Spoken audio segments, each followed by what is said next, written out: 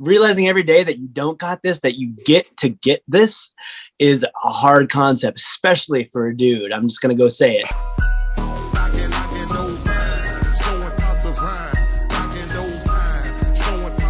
Jason LaChance here, a commercial-free version of this conversation. Hey, I want to tell you I've got some exciting news on things that I'm doing, and I'd appreciate you following me there. I am going to be producing and sometimes co-hosting a new podcast that's showing to be very successful, and it's in the same wheelhouse. It's called We're Out of Time with Richard Tate. The We're Out of Time podcast with Richard Tate, featuring two-time NBA champion Lamar Odom. You were in a coma, right? For 3 days. They told me I wasn't even going to talk again, let alone walk. Musician and social media influencer Andrea Russett. Oh, yeah. As of today, 2 weeks. Star of Netflix Tall Girl Ava Michelle. The next morning, I found him, and You found him? I did find him. Personal stylist Parker Noriega. These kind of doctors, majority of the time, are yes doctors. Ken Kraft, the founder of Hope the Mission. I had my own broken world experience. I lost everything. On the We're Out of Time podcast with the man who revolutionized addiction treatment, Richard Tate. Subscribe now on Spotify, Apple Podcast, and YouTube, and we'll see you next Tuesday. Richard is one of the premier individuals in addiction, treatment, and recovery. And he started the We're Out of Time podcast. I'm producing it. I'm going to be co-hosting. He's had so many amazing guests, celebrities talking about their addiction struggles, recovery, mental health, and so much more. Please give it a follow. The link is in the podcast description, youtube.com/@RichardTate. Or if you're listening to the podcast, search for We're Out of Time, and you'll find the podcast there. And you'll be hearing and seeing me on there, so if you want to remain connected with me, that's the place to do it. Or some of you may know that I do work for PAIN, Parents and Addicts in Need, a nonprofit helping those and their families through the process of addiction and recovery. And I've included links for all that and the podcast that we do called Don't Hide the Scars down below in the description. And I put my email there as well. I've had so many people reach out through Knockin Doorz Down asking to be connected to services, and that is the best way to get a hold of me, jason@painnonprofit.org. All right, we're going commercial free here on out. Austin Diamond, welcome to Knockin Doorz Down. How are you, good sir? Man, I'm doing great, man. Great day to be alive. It's a beautiful day here in California, you know? Yeah. I got these sober eyes and stuff's great, man. I can't complain, man. Times are weird, obviously. We're in COVID and all this, and you know, this is like the only place we can not wear a mask right now is on these Zooms. But it's pretty cool, right? Raw dog air, right? That's it. That's it. We're living life to the extreme. I walked into a convenience store the other day, forgot my mask. I was fucking living that day. Right? Man, are y'all 6 feet? Unprotected breathing. Breathing. Oh fuck. So you know, what's going on with you right now? Of course, you know, family man and drummer, devil driver. But you know, how are you handling it? Like, do you miss being out there performing in the studio or what? All of it, of course, you know, and it all weighs on you, you know.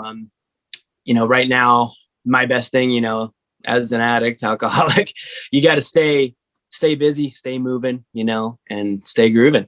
But it's hard to do all that all right now seamlessly and not get caught up in your thoughts, you know. And you know, I'm working at Amazon right now, which is, you know, weird, you know, but it's cool. I'm driving the big old truck. I feel like, you know, a big guy in a metal truck, you know, which is fitting.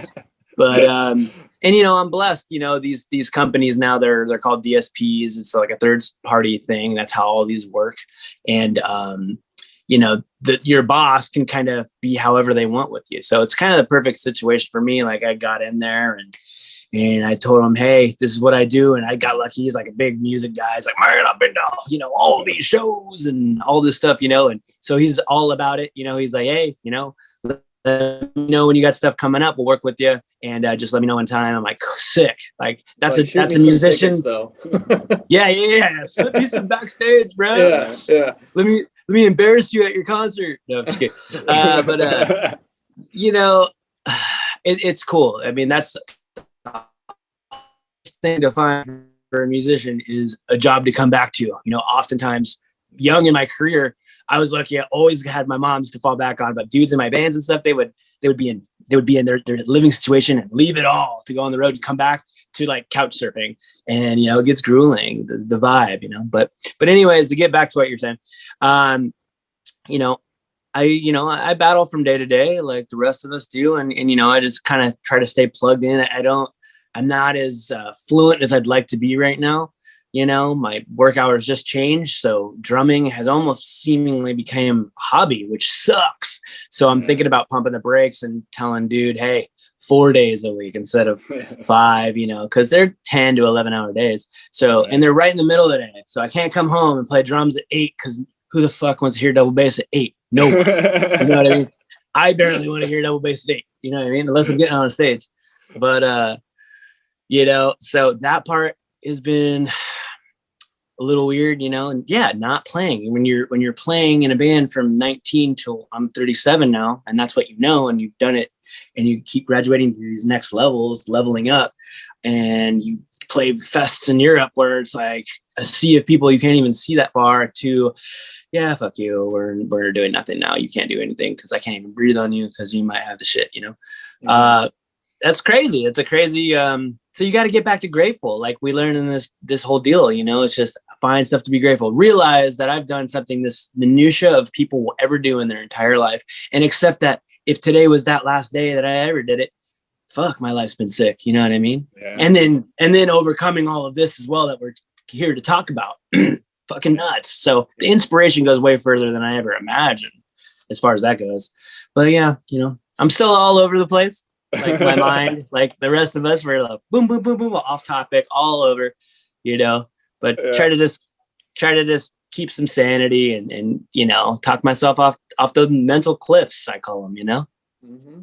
Yeah, we definitely all have those a lot. I know like we were talking prior to the jumping on the recording, that getting back in group, man, that was a fucking mistake for me, because I even went to people and was like, if I don't, the shit's gonna fucking hit the fan again after over a year or whatever. And luckily, get back, starting steps over and just redoing the work. I was reading I think it was the AA daily reading today about that it's not a thing where you get to step 12 and it's like, you're done. It's no, you got to fucking work that the rest of your life. That's just how it is.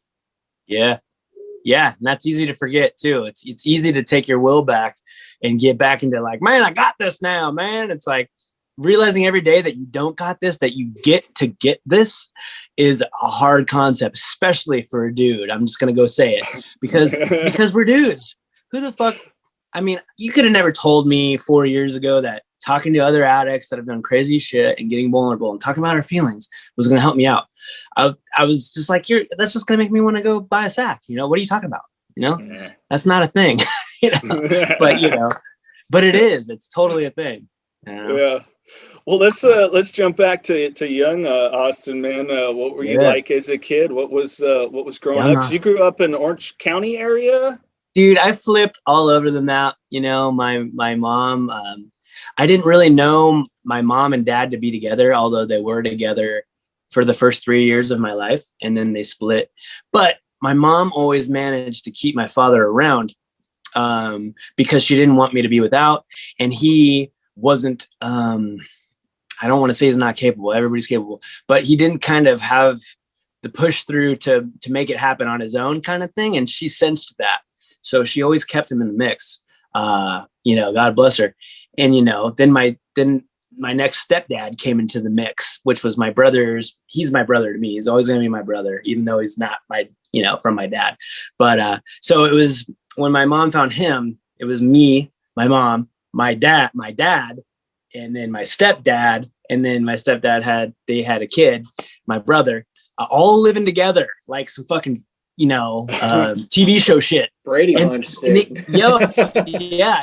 they ended up being homies, like staying up late at night drinking and just like raging, loving each other. And it was this weird thing. And then my mom left, the stepdad, and then it was just my two dads, literally the show, and my brother. And it was some of the sickest times, or at least I thought so, but so there's a bit there, but yeah. So my mom had me, she's 18. turned 19 shortly after. So young, you know what I mean? My mom went through her own trauma growing up. So she just wanted something to love her. One of those stories, you know what I mean? And her upbringing was brute, you know? So that's what she wanted she wanted love. She wanted love. She didn't feel love. She wanted love. And so I grew up in kind of a 18-year-old mother's party environment, you know what I mean? Kind of, you know, it didn't seem to me out of the ordinary, but what do you know about that? You know what I mean? You know what you're in. So yeah, there was pretty occasional partying, you know, me and the neighbors, our neighbors were this family of like 5 kids. And I again ended up growing up with them and their mom, and we would just do everything together, but also with that entailed parties like every weekend. And so yeah, I mean, I saw pretty extensive drinking early on. Who knows what else was there? You know what I mean? Right. I'm sure it was all there. You know what I mean? You don't realize, but yeah, I didn't really notice. I was the kind of kid that I'm not the story of like, I didn't have enough. I wasn't that emotional yet. I got emotional later. I pretty much put a Ninja Turtle in front of me and I could just rip it up for hours. You know, I can just do whatever, a video game or whatever. You know, but you look at that stuff later, you know, to how I became, you know, I didn't realize that until I went to the rehab. You know, I didn't break any of that down mentally, but they kind of told me, hey, you know, this is a high probability that you started at it because of some of this shit, whether you saw it or not, or whether you cared or you were just very lackadaisical. And just, I've always just been energetic and hyped to just be alive. So that literally, I was feeling like those things didn't play a part, but obviously they did. Cause, you know, I was curious about drinking and whatever else with, you know, certain friends that I accumulated. By the time I was 12, you know, already had a beer with my dad, you know. Right. You know, I was with my good friend since 6. We were at a school experimenting with some weed, and at night, the crucial, like, don't do that ever. And lo and behold, we walk away, like, you know, ripped at 12, and we're like, what's that? You know, ripped. We turn around, there's lights. Hey, we have dogs. It's the cops, you know. They were scared shitless. I'm 12 and chubby, like fat, you know. I was a fat boy, total fat boy, scared, you know, hungry, you know, all that, you know. 12, scared and I've got the munchies. I'm tripping balls. I was a chubby little kid too, dude. I get it. Next week, I'm scared and hungry. I don't know. It's stupid. It's really dope. But yeah, so I got brought to the police station at 12 by the cops, went home to my, you know, friend's house. My mom picks me up the next day, just her deer in the headlight looks like, can't believe you got brought home by the cops. You're 12, you know, like, and that was just kind of the beginning, you know, and I was scared for a minute, not too long, always curious, always curious. Wanted to ditch school to go skateboarding and hang out with those friends. Oh yeah. I'm right there with you, buddy. Yeah, same friends, 40s and weed, and tell my dad to pick me up because I'm like blacked out on my feet, but like I'm sick, you know, like all the dumb shit, all that dumb stuff. So when you were doing all this at 12, were kind of just like a fuck it mentality, or were you a little hesitant because you knew what you were doing was wrong, or did you just jump in head first kind of thing? It was both. I had the rebellious, but on the low. Like I wanted to be sneaky with it. Sure. And so I was, you know, I wanted to get away with it. So I always had a what I thought was a great plan, you know, and a lot of the times it worked. So like I got addicted to that. Like, right. Ooh, I got away with that. Like I snuck in, I snuck out at night, you know, I got super high and came back home, you know, and my dad didn't wake up. So fuck, why would I not do it again? Yeah, why would I not? Sure. You know? So yeah, so it's kind of that early onset of one of the characteristics of addicts that I try to explain to people that haven't suffered from addiction, or maybe have someone that they know and love that does. Is just like, we fucking lie. It's just what we do. It's not about everything, but when it comes to our using and addiction, whatever it is, we're gonna fucking lie. 100%. Yeah. Cause we need to get back to it, you know? Yeah, right. Yeah. Why would you interfere with my using, you asshole? You know? Yeah. Yeah. I'm fine. It's you, you know? It's funny too, because when you're lying, you feel like you're making so much sense and everything I'm saying right now is so believable. But then you're told some of the stories once you have a clear mind and you're like, what the fuck? I was an idiot. Oh, bro. It makes so much sense at the time. 100%. You bought that subscription so long ago to yourself. You know what I mean? For sure. Yeah. Well, because that's the thing is, how are we going to get honest with other people? We fucking lie to ourselves more than anyone else. So, you know. You're not. Yeah. Right. Exactly. Yeah. So the partying started, you know, different substances. When does even music come into play for you? Man, music. Yeah. Let's rewind. Music was, if we were on a VH1 special right now, they would show old Polaroids of me in like hammer pants, passed out with like an old Walkman on, like always music, dancing, whitest dances you've ever seen. But I was hyped on it and myself, very hyped. Yeah. And yeah, for sure. And like music was always a thing. I was so much more of a listener and a fan and all of that before I even realized that music could be a thing. And I think my parents did before me. You know, my dad, he was my hero. He would do shit like play Wipeout on a fucking washer and dryer, and I thought it was the fucking shit. You know what I mean? I was like, dude, do that again. Like, how do I do that? Like, how are you you don't play drums? Like, how are you doing that? You know, and all his music and just influenced by every different relative. Just one person was metal. My dad was just metal. He was the metal dad. Like my friends knew him as the metal dad. He had this fucking lifted GMC truck. Every sick metal sticker at that time that you could imagine: Slayer, Exodus, Metallica, Suicidal Tendencies, fucking Pantera, and like Sepultura. It was just all the bangers from the 90s. You know what I mean? And he would just roll up loud as shit, whatever. Just, you know, and my friends were just like, dude, can your dad be my dad, dude? Like your dad rips, you know what I mean? So eventually, you know, my stepdad, he was in a band, a garage band, and they would come over and they would play at the house. And I guess one day they were taking a break and I got on the drums just out of curiosity, and I was just fucking around. My mom saw it immediate and was just like, yeah, you have rhythm immediately. Like, and sure enough, I was 9, and that's when I got my first kit. That Christmas, my aunt had purchased my first like used Tama 80s fucking Tama Rockstar kit. You know, I set them up like a complete idiot. I got this picture. The toms are all like, and like nothing makes sense. Like it's the best. And I have a mullet. It just rips. It's a killer fat Austin. Like my hair looks like I combed it with a hot dog because I haven't showered in like a week. You know, who cares? You're 9. You gotta see a picture, dude. You gotta send us a picture. Oh my god! If I had the share content, I should have had some. I didn't think about it enough.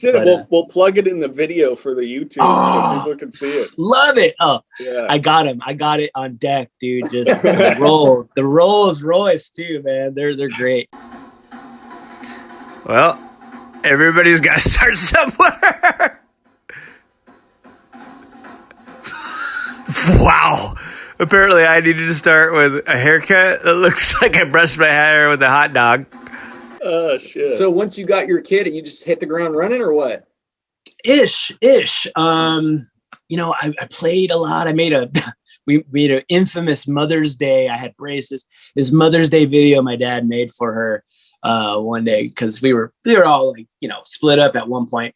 And so that was the Mother's Day of me and my brother just being cute, and just a lot of it was the drum video.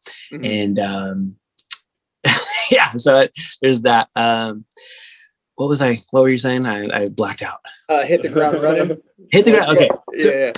So from there, you know, it was a very gradual thing. I would get on them, and we lived in Menifee too, which is just it's like the devil's butthole, man. It's so hot. We had no air conditioning.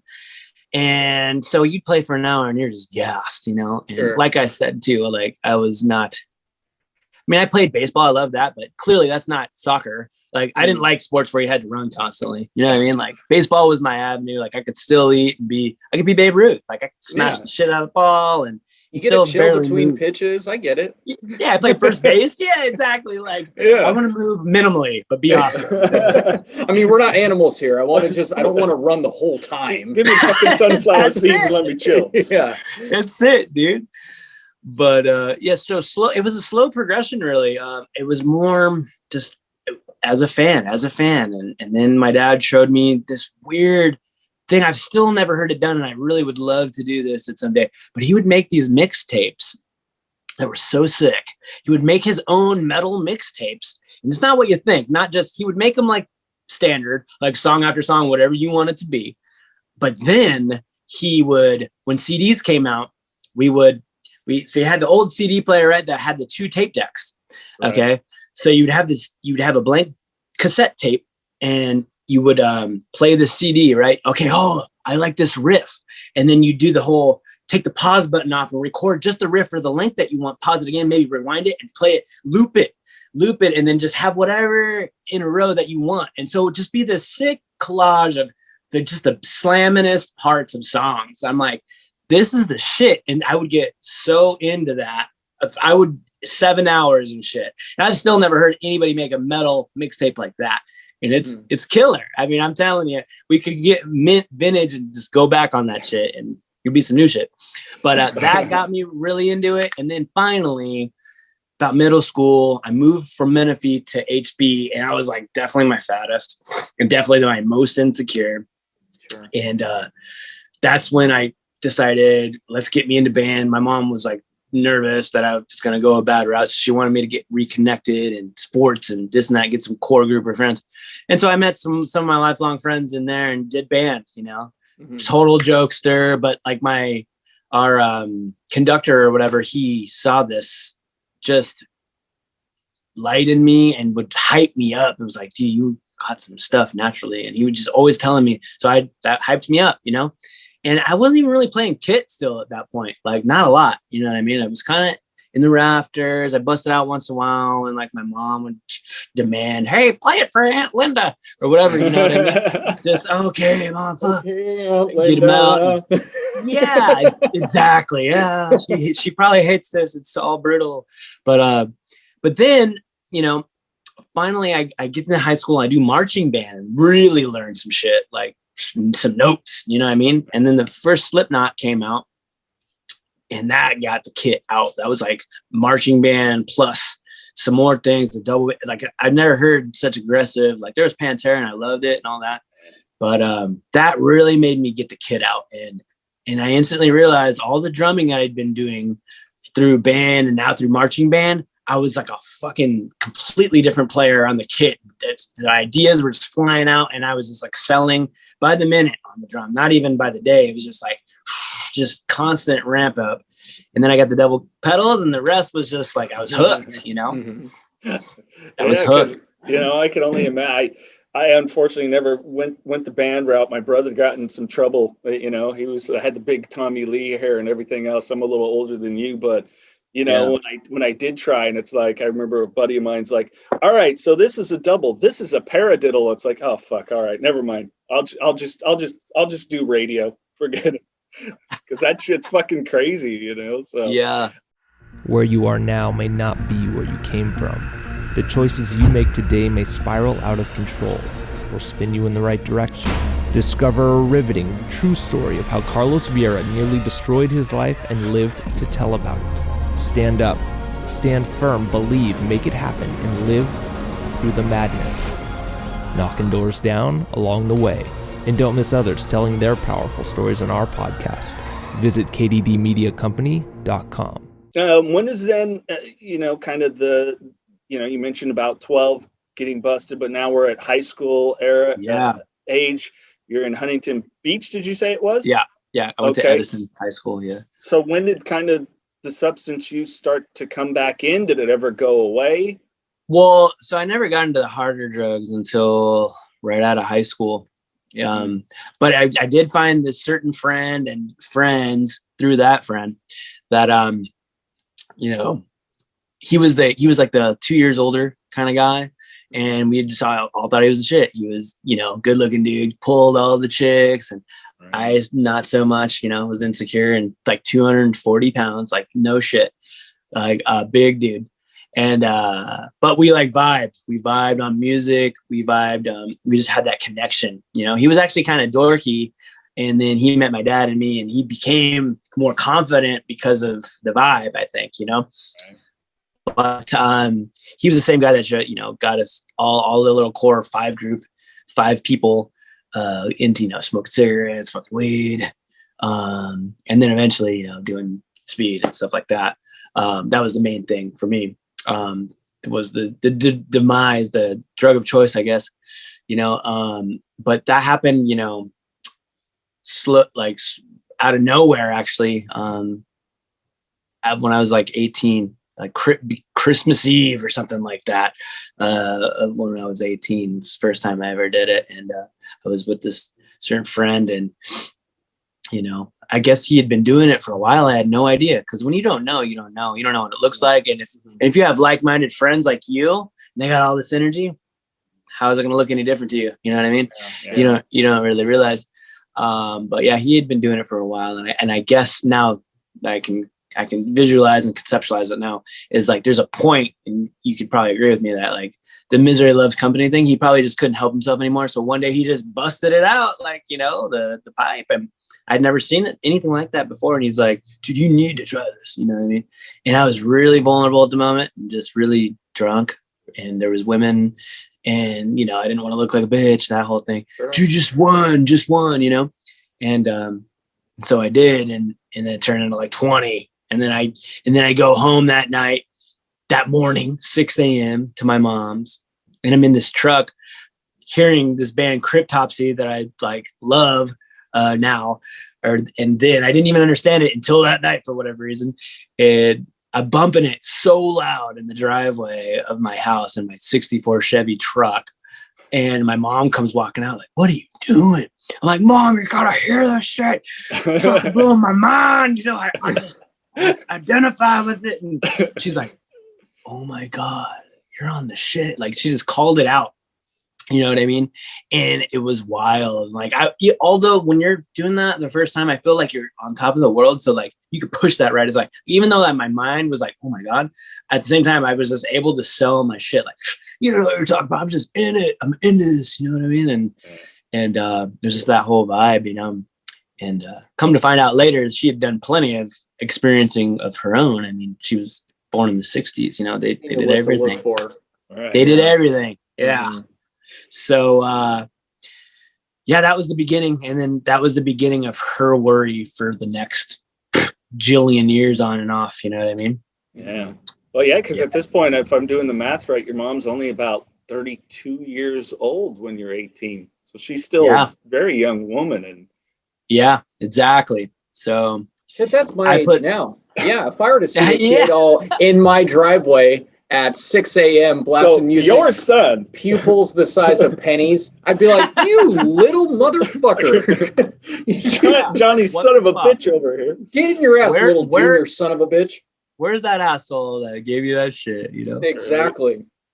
So was this kind of the catalyst then that continued for you throughout even, your career? I mean, you've played with, many a different band. Yeah. So it was all very secretive, and it started like it starts for all of us, I think, where just the weekends or mainly with me and this specific friend. I think the real chemistry of it literally was the bond of friendship already as childhood friends meets the drug, meets the connection with music, meets now there's a fortress of around you of why should I not do this all night and just fucking shred for days on end and go to work still. And there was no reason. I'm young.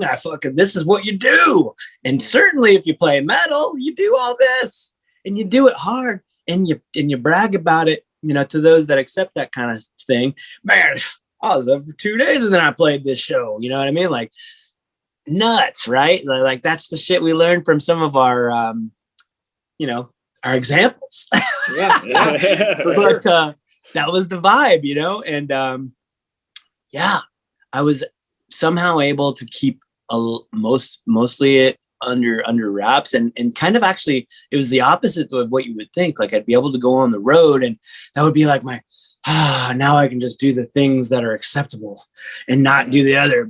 And then I would get home and be like totally torn from the adrenaline of the road and just the high of the road. It's literally a utopia. If you've ever done something that you love that much, you know, it's not a job, and you're on this high, even if you don't do any of it. You're like, fuck, there's no worries, there's no cares. It's the feeling of the drugs when you're on them, kind of like I'm out in fucking Tuscaloosa. I don't know anybody. I've never been here.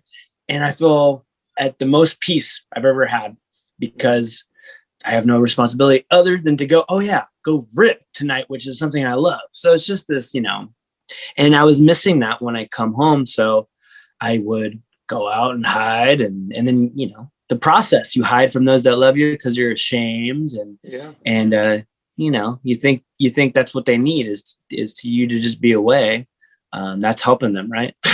Yeah. But that's a big one we tell ourselves as addicts, right? It's fucking crazy. Yeah.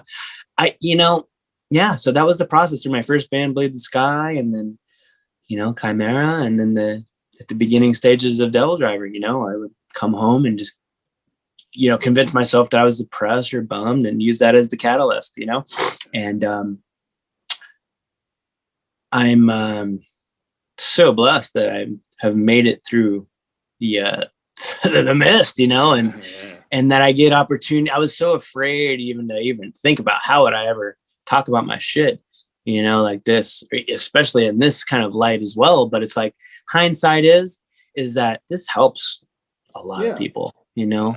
This helps and you're put into a platform of today's age. Some people look at it as like, you know, oh, the internet is a fucked up place, you know, but it's also can be good. It's what you're looking for, you know, and what you need to look for at the moment, whether you get that or not, you know. I got to believe that this is all good, you know, and this is how you're supposed to use these platforms. And, you know, it's about helping people and relating to your shit, not keeping it behind the door, if you will, you know. Because, you know, at one point we thought it wouldn't help anyone why would this help, you know what I mean? Well, shit, that's the first answer to not help myself, you know what I mean? So it's kind of like someday, and you still, as addicts, I think we get into the mind frame, we still get into that mind frame, like, what does that kind of matter, you know? What is me trying harder over here and to do this cool thing and then documenting it and putting it out there for somebody? You know what it's doing? It's proving to them that they can do it. Because who the fuck are we? We're just some dude. You know what I mean? If I'm not just some dude, then I'm bigger than my britches, and I'm a step closer to fucking going taking a drug again. You know what I mean? Yeah. That's how I look at that shit. You know what I mean? Yeah. Ego is a motherfucker. Period in life. Bro. Let alone when you know, you're in recovery and maintaining it. It fucks with you, man. It fucks with you. It says a lot of the wrong things about it, but. And you're absolutely right, because the interesting thing is, you know, you're sitting there, you're talking about your friend that you had that connectivity with, the insecurity about your weight issues. Whereas, see, I'm the opposite. I'm still a fucking twig. I think I weigh $150 soaking wet. I'm exaggerating a little bit, but at 6'3", you know. And so I had a lot of all these insecurities, especially, you know, like you said, you know, girls or whatever it was, and, you know, being naturally an introvert, but then, you know, pounding some beers or whatever, smoke a joint, I can go fucking talk to anybody, you know? Yeah. And that's the cool thing now about within group settings and even in sobriety is, guess what? You get a whole new kind of killer, genuine, honest, real connection with people when you sit in that type of thing. Or as you're, you know, sharing your story with folks.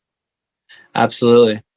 And the crazy thing is too, is like, for me, is like, I was so worried to lose my career I was worried to lose the music more than my life. And I didn't put that together. My career was more important to me than realizing these drugs will kill you. These will kill you before you not getting to play music. So it was always this, like, people would threaten, I'm going to tell your band, all this, you know, and I'd be like, oh, if that happens, then I'll lose music and I'll just get on a sicker one or what, you know what I mean? Just insane thinking, you know, so I know I'm in the right place right now. You know what I mean? So, and I was certain that the case would be, I'm going to be fired. Right. when the reality is it has been exposed. And you know what happened? These people just loved me so much that they just wanted the best for me.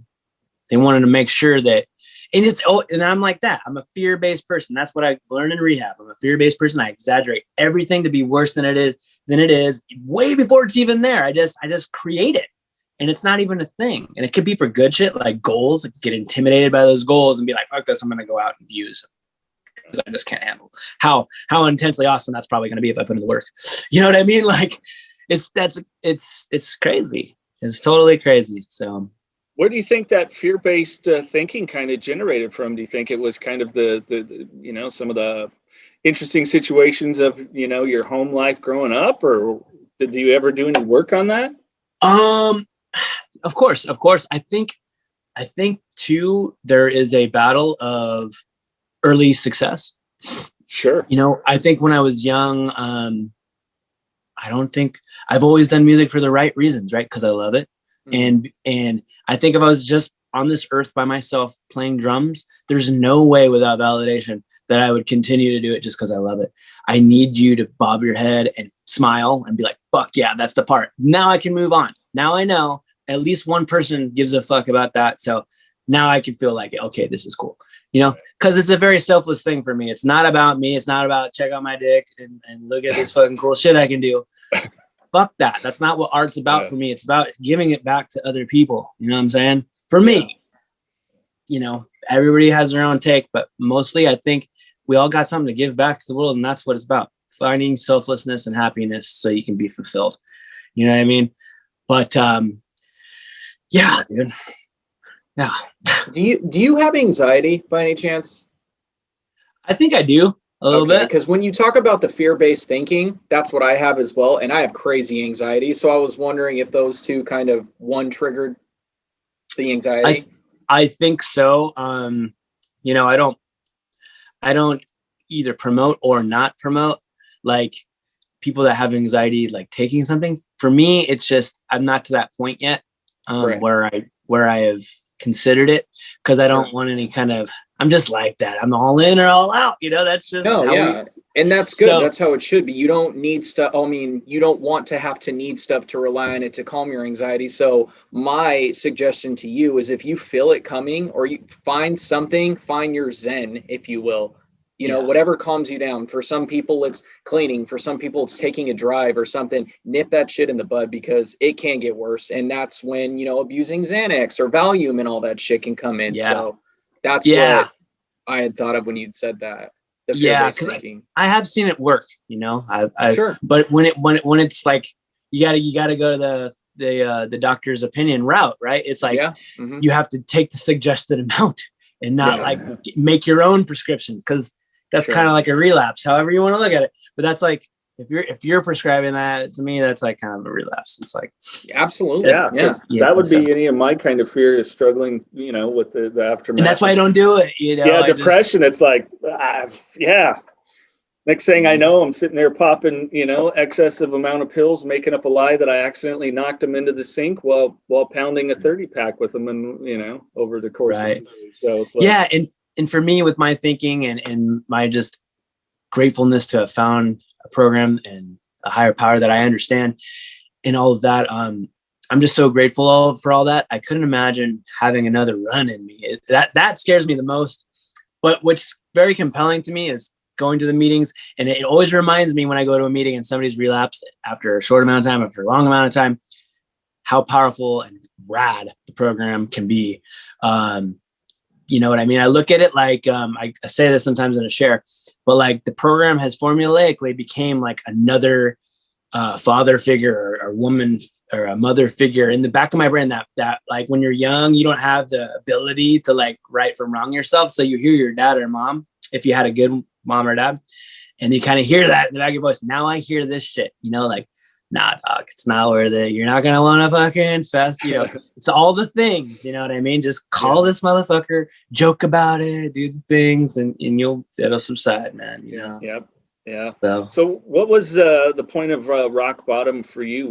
What was your final, just, I'm fucking done. I need to acknowledge getting help. It was was a culmination, really. It was the rock bottom. It was the ultimatum of, I'm telling your band. It was the whole thing. The cops coming to my fucking door because, my, at the time, girl was looking for me, and she knew what I was doing. And that was just like, fuck, I was pretending to sleep, and they, asked me if I was okay, if I needed to go to the doctors or anything. It was just like, wow, this is where it's at. And it's just like, I was 1 foot in, 1 foot out on the rehab thing, still, of course, because I was just, that I was still tripping. And, but when this was July of 2017. It was 7/17/17, which was like my first God shot or whatever. So that's my date, But yeah, like I said earlier before we started this thing, it was instantly like not the coming in process or whatever they call that process. I was still like this when I came in. My picture was kind of like I was trying to look normal, but you could tell the fucking shit I'd been through, kind of shit. But it was the day one when I saw everybody else looking the same, and then like some people looked, in better spirits, and the transparency, man, really was the thing that hooked me in it. And then just meeting the right people at the right moment, going to this guy's group meeting out of his house. It was a campfire meeting. I was like, fuck, this is like camping with dudes, and we're just talking about real shit. Like that, like hooked me in hard. Like that was my home group, and the home group meeting at the rehab that I went to. I would go every Saturday, and just met a lot of people. I got a job from one guy. Tiling. I didn't know shit about any of that. But that's the kind, the kind of people you meet in this thing that get it and that are grateful. And it's just like some of the raddest people I've met, to be honest. And obviously we're not boring. They've been very daring. So we're not boring. It definitely has some fucking crazy stories. Got some stories. If you want a story, you got one. Yeah. No doubt. What was it like for you in your own mind, or was there any kind of, self-talk for yourself that like, I am a fucking drummer in a fucking metal band, and we don't get vulnerable and share this stuff? Did you have to kind of break any of that down with yourself, or was the process of vulnerability, which is so important to recovery and healing and really identifying some of those places and origins of our, abuse, substance abuse? I'm a pretty sensitive dude as it is, and pretty vulnerable. And like, I'm just the kind of person that just meet you and just, if I get a vibe from you, like I can probably just tell you all my shit, So I'm already kind of like that, but like, I was like so dire straits to get that shit off my chest with people that would understand it. And I just was wanting to help me and others right away. I was like, for a moment and I still think about it, I would love to, help others in this way too, like working at an inpatient or something like, I've definitely thought about those type of things. However, I can be more connected in that. But like, yeah, I didn't really have any problems with that. I was ready to figure it out and just ready to, get these answers of what I can be doing to prevent this fucking shit from happening ever again. And just start chipping away at the things I needed to do. Well, we gotta ask, because you've had a longevity in the area of playing live metal and everything else. Do you have any favorite road stories that you could share that you remember? Just some fucking crazy situation or something that was just like, how did that shit happen? So much blur. There's some really dark ones, and then there are some really monumental ones, obviously. Like, because my career has been one of graduation. You know what I mean? Certain people, very few people are lucky to get in that one band that just takes it to a level, right? Like our guitar player Mike. He got into Devil Driver, I believe, record 2 or the tail end of 1. And that's been it. He's just, it's just been ripping ever since, you know, for him. I know he was in other little bands and stuff, but pretty much like he just got to skate into the bus, you know, which is just wild. I'm the dude that's the opposite. Like I came from the van, like a shitty van, you know, and stayed in that shitty van and did 1.5 year tours with my first band that sucked, attendance wise. And I mean, certain were cool, but we made no money. We skated in on fumes, literally $5 a day. In my first band, played this guy, skated in on fumes, and you know, we were all just famished. $5 a day for if you pick a burger or pack of smokes. You know, we were having people bring us liquor and maybe some spaghetti, crashing at weird people's houses, the whole thing, dude, just wild shit. And we didn't give a fuck. It was rad. We loved it, honestly.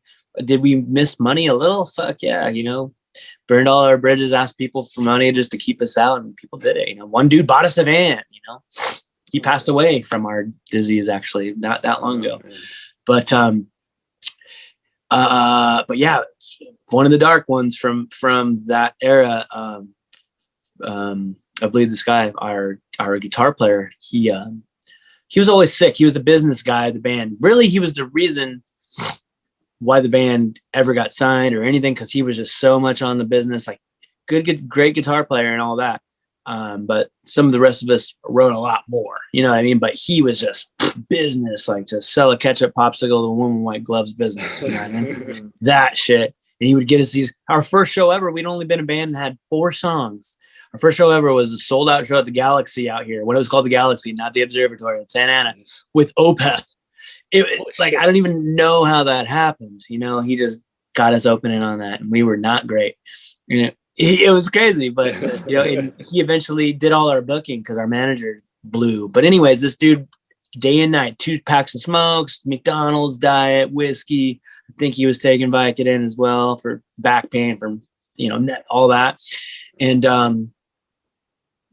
so he's always sick. So anytime he was like, man, I'm not sick, dude, I'm not feeling it, we'd be like, okay, bro, just go sleep, dude. Like, you're always sick. Why are you always sick? So this one time we played the show in Louisville, and he was like really sick for real. He threw up on stage, and we were all like, fuck, that's crazy. Like, you do not look good. But he's like, yeah, I don't feel good. Something's wrong, dude. And he's like, dude, you guys need to go to the next show, but I'm going to have this fan take us to the fucking doctors. And we're all out of it, drinking, all. We're like, all right, you're fine, right? You're fine, right? He's like, yeah, I'm good. I'll meet you guys at the next show. And it's a far drive, like 12-hour banger or some shit. And we get all the way there, and get this call from his mom. It's like, Wayne's not doing good. He showed up to the hospital, and he passed out. In like on the way in, he passed out, fell on the ground. They had to get a wheelchair to get him in there. He lost consciousness. He lost his heartbeat, like whole thing. You guys need to like come back. We don't know if he's going to make it. He's on life support right now. So fucking the dude's like 23. You know what I mean? Fucking just out of nowhere, dude. Crazy. So we get there. Saddest thing I ever seen. The dude's got a jillion tubes in his body and his face. He has a trach. Everything. He's just dust. And anytime he would wake up, he would go to rip the cords out, just out of it, and they would have a morphine button, you know. They couldn't figure out what the fuck had control of him and what was keeping him on life support. They ended up finding out it was a sepsis through his whole body, blood poisoning. And they never discovered how it happened. I mean, I'm sure it's a culmination of just shitty living, you know what I mean? Yeah. But yeah, he ended up losing like 25 pounds in 2 weeks just because he was on food tubes and shit. They found a medicine that they'd only used one other time in the history of the hospital that worked for him. And he had a 25% chance of living, and he lived. And that was crazy, dude. And I've never seen a friend like that in a situation, you know? So move past that. That was miraculous. It was emotional. It was just like, shit, this is crazy. Move past that, you know, and then we moved to the finer things in life, you know, and with Devil Driver, and, you know, we go to play this fest. I've heard all about my entire career download, and Vakken, you know, Vakken was the guy, dude. It was the fucking guy. I couldn't believe it, man. I mean, that was just, it was everything Des promised, you know. He was like, dude, you're going to be blown away. We're in the middle of nowhere, in the middle of beautiful Germany, in this town. They make all their money and proceeds for the whole entire year come from this one event in this town. And we get there, man, and you just see it immediate, you know, and we're vibing all day. But then when we get on stage and we're about to play, I mean, the sea of people was just unbelievable, man. I don't even know how many. I mean, 60,000, like something insane. Oh, at least. So, at least, you know, you just can't see that far, but it was just like Butterfly Central and just like, all right, like let's click this bitch in, because I know it's jitters until the first couple measures get cleaned up, and then it's just locked in. You know? Who was on that bill the year you guys played Vakken? Fuck, I couldn't remember. I couldn't remember. I was still partying at that moment too, you know. Okay. So after that, go ahead. I was trying to remember, because there's a great documentary on the Vakken Festival for people that don't know what it is. It is like the premier metal fucking festival. It's like, I've always joked with friends, like, if we were to do one festival in Europe, what is it? We're going to Germany, man. Yeah, that's right. Let's go. That's it. So I was just wondering, because I couldn't recall if there was a cut to you guys playing in that documentary. So. Oh yeah, well, I don't know about the documentary, but there's definitely a sick like 4K video of us ripping it. Like, just look it up. Devil Driver. I believe it was 2016. Okay. Insane, dude. The pit was just disgusting. Fucking just like Braveheart shit, bro. You know, like, that kind of just, this is happening, you know. And where did we go? We went somewhere too where they're all about like the human rowboat thing, like as many people as you can imagine sitting down in front of each other doing this, like maybe 100. And it's just like, what the fuck? That's just so crazy, you know. Definitely owe all those, you know, moments to Dez, you know. I mean, just giving me a shot, you know, believing in me and just being a great friend and human, and you know. Yeah, that's awesome. Crazy, dude. It's been a crazy career for me for sure, and to make it through the mist with my whole addiction and all of that, and you know, has been the utmost, you know, just experiencing shows the last 4 years completely sober and all of that. You know, that was nervous at the beginning. I was like, fuck, how do you play a show without a few beers first to get the edge off, you know? And it's like, honestly, feeling it and even feeling little fuck ups, and like, that's where it's all at. That's like, oh yeah, like you feel like you're 12. And that's been, you know, that's been the coolest thing too, is like, after all the smoke like settled and cleared, it's like, didn't you love doing like a lot of shit when you were really young without doing anything? Just being you, and you just like had the greatest time. Like, what does that feel like? So as that's come back, it's just like, oh yeah, like life is super sick sober, and like, no hangovers, you know, and just like getting to go through emotion, right? And like getting up the next day and wondering, why is today awesome and yesterday sucked, and for no apparent reason. Fuck, I don't know. Sometimes you just don't know. And having that clear mind too, playing the shows, you're able to take it all in. You know what I mean? Mm-hmm. Just take it all in. You remember everything. Exactly. Yeah. Exactly. I remember all the places I've been now, and just documented some of it and got some great pictures, you know, and they weren't blurry, you know, from a shaky hand or some shit, you know, like rather than, I think I was there. There were pictures of me there, but I don't remember. They told me I was. I only know I was there because there was a picture of me there, but yeah.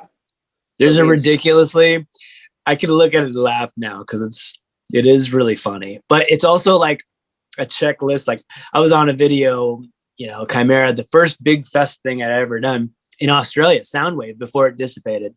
We did Soundwave, I believe it was 2011. God, that was 10 years ago. I'm fucking old. Welcome to the club. I turned 43 this year. What the fuck?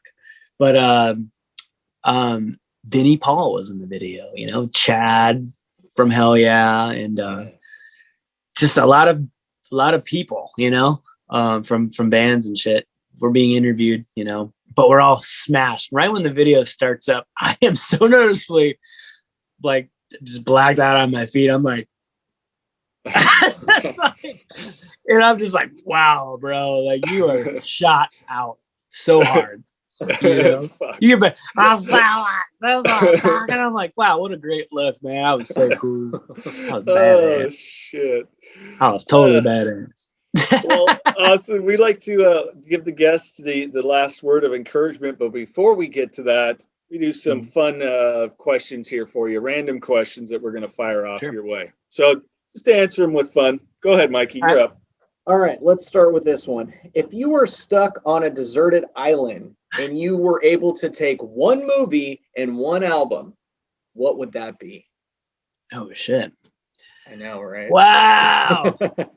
Okay. Well, we'll probably be The Big Lebowski. I got that one like on drops. The dude. That guy's coming. And then one record. Jeez. That's a motherfucker, right? That's so hard. I mean, Far Beyond Driven, you know what I mean? Like it's got it all. That's got it all. Nice. You know, and it made metal the angriest it can be. You know what I mean? Yeah. Yeah. Well, when you have a guitarist that can make such brilliance out of two notes, you know, it's kind of like, all right. You're one guitar player and you're just the guy. Like that band in general, Pantera in general. All right. Let me see. Do you have any guilty pleasures? Ooh. Guilty pleasures. Just to let you know, I thought of adding this question to our random questions when I was rocking Fall Out Boy on the way to work. Oh, okay. It feels more wrong than ever, given everything and what's happened. But I used to say this, so I guess I'll just say it some more. R. Kelly. That's so fucked. Edit that part out. You know, it's just. Right? It's just, it sucks that he's good. You know what I mean? It's one of those. He's famous for a reason. He was famous before all this for a reason. You know, the music he made. I probably shouldn't admit this. I do believe that she does listen to the podcast and watch this. I got my first Handy J to bump and grind. So, you know, hey, I'm with you. I mean, I believed I could fly. You know, we put that shit on before a basketball game. You know? But and then he really got G with it after that. He was on some banging like, oh wow, your boy can actually rap too to like some trap beats. I was like, fuck, this guy he's got it going, dude. I mean, it just sucks that he is who he is. Yeah, I loved Innocent Until Proven Guilty. The track he did with Jay-Z was the shit. You know, it's like, well, guess Jay-Z won't be performing that one live, or at least with a different vocalist. There's a lot to say about what people do good and what they do bad, and what, you know, that's always a sticky subject. Like, man, he did all this. Yeah, he did that too. It's like, ooh, you know, I feel like I'm a hypocrite if I write people off like that. Who am I? Like, I guess I'll just experience this one good part of you and know that the rest of you is a sack of shit. Right. I'm not going to hate your music because of it. I guess if that makes me wrong, I guess I suck. You know? But, hey, welcome to the club. I'm with you. All right. What is your favorite cuss word? I guess I say fuck a lot. So it's gotta be fun. That's the common one. It's mine too. I mean, it's just there's so many ways versatile to use it. Yeah, when you come from Southern Orange County, it's fuck. Yeah, fuck. Yeah, everything out here at the beach life, it's like shit that, but fucking, you know, like fucking always just is the commonality for sure. Absolutely. What is something about you that people will be surprised to learn?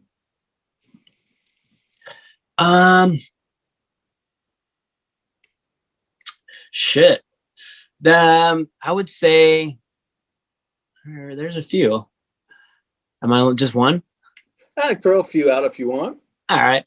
Well, yeah, that I have one regret in my life so far. I mean, I guess that's not one. I've done a lot of shit, but a big one on the pleasure side but I was fat, like I said. I always wanted to be a QB in football, and I could still to this day chuck a ball like casually, consistently, like 60 yards, like no sweat. Okay, well now I got to ask you, who's your favorite football team? Oh, the Bills. I follow him on social media, so I knew that. Did I take your team out this year or what? No, everybody did. I'm a Niner fan, so I'm a Raider fan. My dad was a Niner fan. So okay, so the thing is, it's not a football podcast, so I won't go too much off this. But I love football. Football's my shit. I played it when I was a little kid because I was a chubby little kid too. So I played defensive lineman. But nice.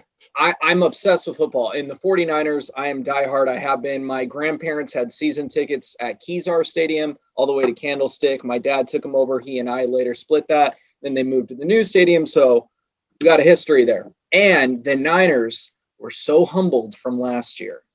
Oh, yeah. Going to the Super Bowl, now having over 30 people on the injured reserve list, people are like, oh, well, your team sucked. It's like, we were playing with our freaking third stringers all year. You know what I mean? Yeah. So, no, the Bills didn't take us out, but the whole rest of the NFC did. Let me ask you, though, as Austin, as a Bills fan, and Mikey being a Niners, see Raiders, we know it's going to suck. I'm just one of the people that admit it. Is it worse going through what the Niners did or what the Bills went through with 4 Super Bowls with Kelly as a quarterback and just couldn't fucking win? I think that's worse. No. I got to tell you, yeah, still had a good season, that kind of it ruined my childhood because my stepdad, he was from Buffalo, so there's the connection. You know what I mean? Yeah, So instantly, that was my hook in, and if you're good, you're on TV. So we were seeing the Bills in the '90s on TV in California like every weekend. You know what I mean? Time, yeah. So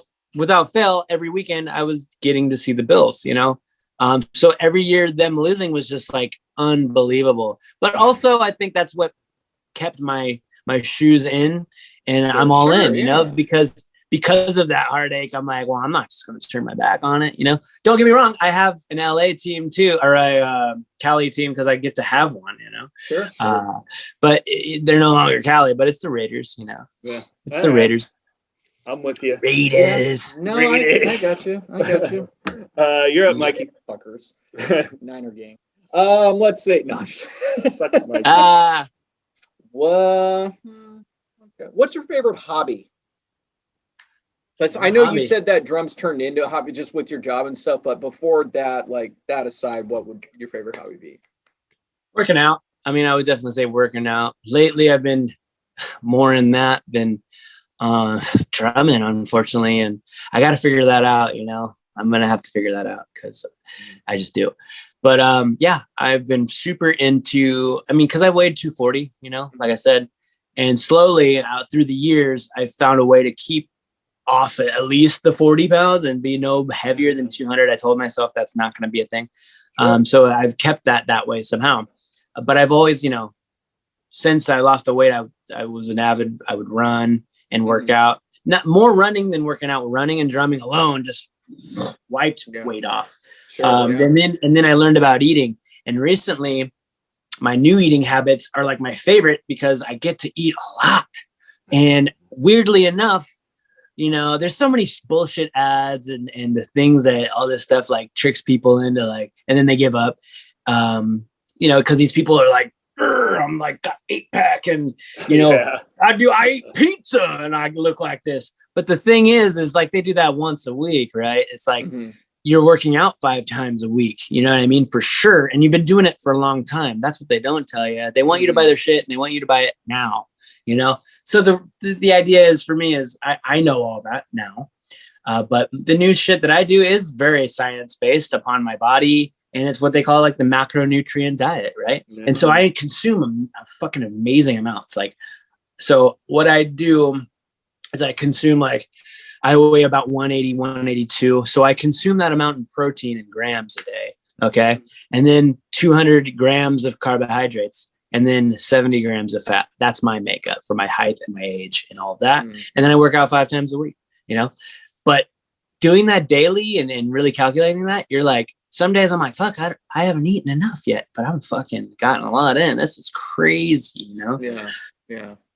So, but I love it. I'm loving that. And I think I've always envisioned like kind of being like one of these people that are online that kind of have two facets to offer, you know. Obviously I'm been successful with doing music, but I have this other passion for physical health and you know, mental health. There's such a culmination here that I can create and inspire, right?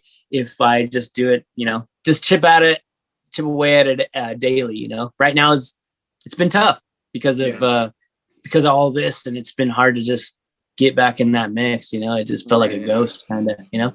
Yeah, for sure. Yeah, absolutely. I know. I was early on pandemic, man. I was out on my mountain bike all the time and shit, and then I just like fucking dipped off there for a while. So I hear you. It's tough, man. But absolutely, not only this really helps. I get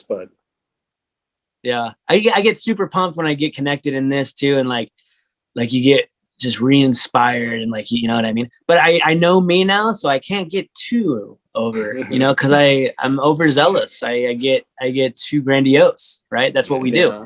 And then all of a sudden you get clammed up because you're like, I got too many goals to do, and why do they got to happen today? The thing is they don't. You got to pick one and then move when you're done with that, you know, because that's my issue, you know. I have a shit ton of cool ideas. It's just I put them all together like an idiot and look at them and like that's too much cool shit. Same. You know?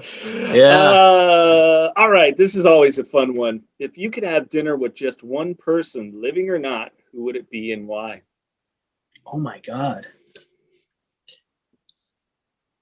Oh my God. Living or not, who would it be? Sheesh. That's I'm gonna take a second here. Damn. I really don't know. Who would give me that kind of shit, man? We've had deep ones and we've had just, you know, ones like mine. I'd pick like Denzel Washington. I just think he'd be cool to hang out with. Yeah, we've had everyone from Jesus to Elvis to Mother Teresa. What somebody was just like my mom, you know, whatever. Yeah. Man. Or De Niro.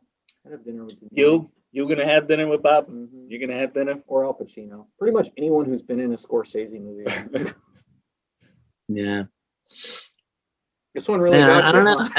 I guess, yeah, you know, I guess who else would I, you know? I don't know. I guess God's enough for me, you know, when I can tap in. God, that's enough. Like when I feel like those things happen in your life, and like so many have for me, and I could look back and realize where it was prevalent, and just, I don't know, feel like for real, like I know that I'm talking to him, you know what I mean? Like, and yeah, absolutely. Knowing that that's a real thing, not just something that I've made for myself so that I feel better, like just literally getting to know, you know what I mean? I'd be like, you're the man, you know, thank you. You know, Thank you for all this. Thank you for all the signs. Thank you for my tribulations and the lessons that I wasn't at the time appreciative for going through. But thanks for showing me re-gifting me this life that I understand is the best one to live, you know? Absolutely. I love that. Awesome. We let the guests wrap it up with some words of encouragement for any of those out there that they're listening. Maybe they're new to recovery, long-term in recovery, or have yet to seek it and just starting to really own the fact that they've got a problem and want to get help. What could you lend to them to encourage them? You know, just finding that courage to, you know, just be honest with yourself and your situation, and you know that there's a rad, awesome life to be lived that you're unaware of at the moment. But you know, rebuilding doesn't have to be like this momentous, crazy thing at first. You know, it's just these people that are in these rooms and the people at the places you've heard about that maybe you at first look at as like, you not the greatest place to go and this and that. You know, they offer nothing but love and transparency and things that you will relate to. And quite honestly, that will become your new addiction in a way, you know, that helps. It's a good one. It's out of all the using you did in your history of using these people will be the best gift you can give yourself and to them. You know what I mean? And yeah, man, it's just that day at a time vibe, and you know, being honest and just talking, you know, no matter how crazy you think you sound in your mind or what you're going through, we've heard it all, you know what I mean? And we can relate, you know, and some days are going to be rough and others aren't, but you can do it through sobriety, you know what I mean? And and it's better. It's way more rewarding. And, you know, you get to give this thing back. You get to give yourself a real life, you know, and it doesn't need to look a certain way. If you give that over to whatever power gives you that, you know, for me, it's God, you know, but, I think it's a beautiful thing to not live with the weight of the world on my shoulders, you know, and I think that's what all of us addicts think is happening, and it's just we're consumed by the addiction, by the behaviors. That's not who you are. That's just a product of your problems. You know what I mean? And it's all very possible, man. My shit. I mean, we could have a whole other sub podcast of, you know, how the book lies out these stories. I mean, I got them, you know, and I know y'all do too. But the important part is that we're here talking about the solution, and that's a cool feeling. And to be owning that, no reservations, and being all in on that a day at a time, you know, it's possible. You know, at the beginning, it seems impossible, but just open your ears and open your heart and give up what you think you know about living and listen to this new, better way. Not softer, but better. Yeah. You know, but absolutely. Better. Well, Austin, man, this has been awesome. Thank you very much. We appreciate you. Thank you guys so much. This has been really awesome.